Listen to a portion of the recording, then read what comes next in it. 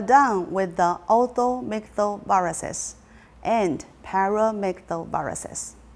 Now, coronavirus and other viruses. As for the other viruses, I will only introduce Rubella virus briefly in this video. Coronavirus. Coronaviruses are named for the solar corona-like appearance of their virions when viewed with an electron microscope. Coronaviruses are the second most prevalent cause of the common cold. Rhinoviruses are the first. Coronaviruses have caused outbreaks of severe acute respiratory syndrome, SARS, in 2003. The Middle East respiratory syndrome, MERS, recent years, and the pandemic of coronavirus disease 19, COVID-19, this year. Coronaviruses are enveloped virions with the longest positive single-stranded RNA genome. Virions are severe and measure 60 to 220 nanometer in diameter. The glycoproteins on the surface of the envelope appear as club-shaped projections that appear as a halo corona around the virus. Unlike most enveloped viruses, the corona formed by the glycoproteins allow the virus to endure the conditions in the gastrointestinal tract and be spread by the fecal-oral route. Pathogenicity and immunity of SARS-CoV. The source of the infection is patients. Transmission route is close contact with droplets or secreta. Although SARS-CoV is most likely transmitted in respiratory droplets, it is also present in sweat, urine, and feces. SARS is a form of atypical pneumonia characterized by high fever greater than 38 Celsius, chills, rigors, headache, dizziness, malaise, myalgia, cough, or breathing difficulty, leading to acute respiratory distress syndrome, ARDS. Up to 20% of patients will also develop diarrhea. Mortality is about 12% of symptomatic people. Neutralizing antibodies can be produced and are protective. MERS-CoV also causes acute respiratory distress syndrome, ARDS. Mortality is up to 50% of those identified as infected with MERS. SARS-CoV and MERS-CoV are zoonoses. The outbreaks of these viral diseases have occurred when the animal reservoir has come in contact with man. SARS-CoV and MERS-CoV are cytolytic viruses that can replicate at body temperatures in epithelial cells, lymphocytes, and leukocytes. A combination of viral pathogenesis and immunopathogenesis cause significant lung, kidney, liver, and gastrointestinal damage and depletion of immune cells. SARS-CoV-2.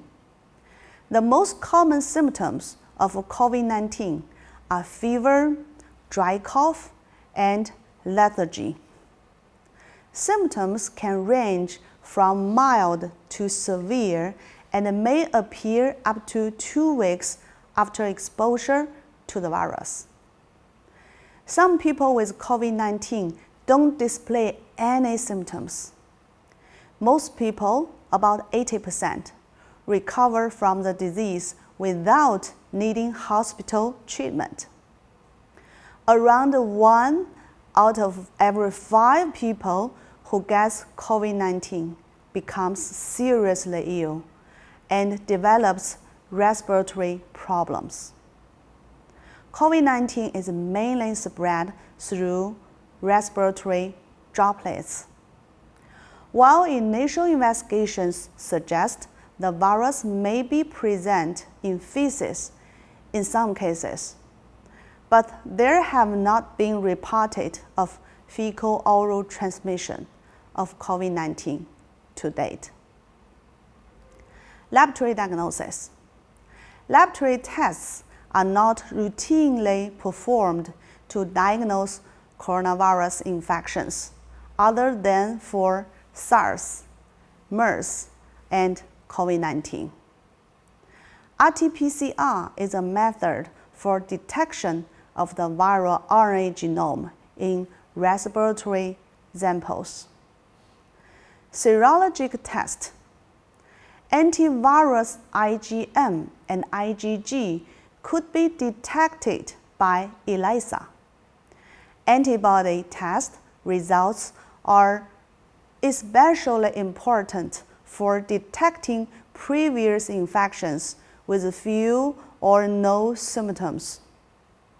However, whether the SARS-CoV-2 antibodies can provide immunity for reinfection is still unknown. Control of the coronavirus species causing common cold is probably unnecessary because of the mildness of the infection. As for Sars, MERS, and COVID-19, strict quarantine of infected individuals and screening of febrile individuals limit the spread of these viruses. No vaccine or specific antiviral therapy is available so far. Rubella virus. Rubella is also called German measles. Rubella virus is a member of the Pathogenicity. It is a mild infection. Symptoms include small rash, usually lasting no more than 3 days, 3-day measles, light fever.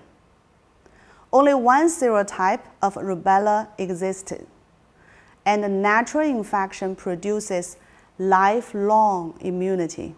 Rubella infections in a pregnant woman can result in serious congenital abnormalities in a child. Infection of rubella virus during the first trimester of pregnancy may lead to fetal death, premature delivery, and/or congenital rubella syndrome. Congenital disease is the most serious outcome of rubella infection.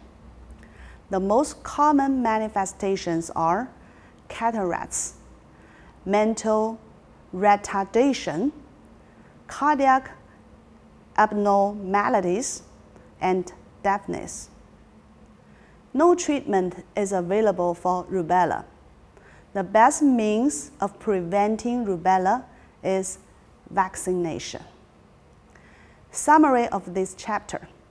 We have learned all these viruses which can be transmitted through respiratory route and can induce respiratory infections. They are orthomyxal viruses, paramyxal viruses, coronaviruses, rubella virus, and so on. There are other viruses which can be transmitted by respiratory tract, such as VZV. We will talk about them later. Now, we are done for one branch of this mind map. Thank you for your attention. See you next class.